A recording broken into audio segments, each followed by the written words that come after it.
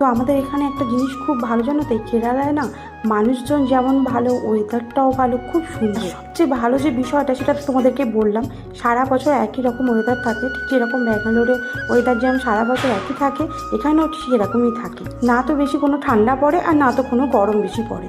আমি যখন বাড়িতে ছিলাম তখন তোমার দাদাভাই ফোন করে বলতো, তুমি যখন এখানে আসবে না তখন তোমার দেখবে বাড়ি যেতে ইচ্ছা করবে না, কারণ এখানকার ওয়েদারটা এতটাই সুন্দর। আর সত্যি তাই, এখানে ওয়েদারটা এতটা সুন্দর। আমি আসার পরে ভাবছি আমাদের বাড়ির ওখানে যদি এরকম ওয়েদারটা হতো খুব ভালোই হতো। তো যাই হোক, যেটা হবার সেটা তো হবে। এই দেখো আমার এখানে কথা বলতে বলতে লাড্ডুগুলো তৈরি করা হয়ে গেছে। এই যে, আর বেশি না জল দিতে হবে না, ওটা অল্প অল্প জল দিলেই হয়ে যাবে। এই যে দেখতে পাচ্ছ, একটু একটু শুকনো শুকনো থাকবে, সেই সময় লাড্ডুগুলো গোল গোল করে নিতে হবে। এদিকে গোল গোলও করছি কারণ একা একা হাতে ওই জন্য করছি, আর এদিকে গরমও লাগছে ভীষণ। কেননা গরম থাকতে থাকতে তো গোল করে নিতে হবে, নয়তো পরে ভালোভাবে গোল করা যাবে না। তো এই দেখো আমার প্রায় সব কটা লাড্ডু হয়ে এসেছে। এই যে দেখো, তো লাড্ডুগুলো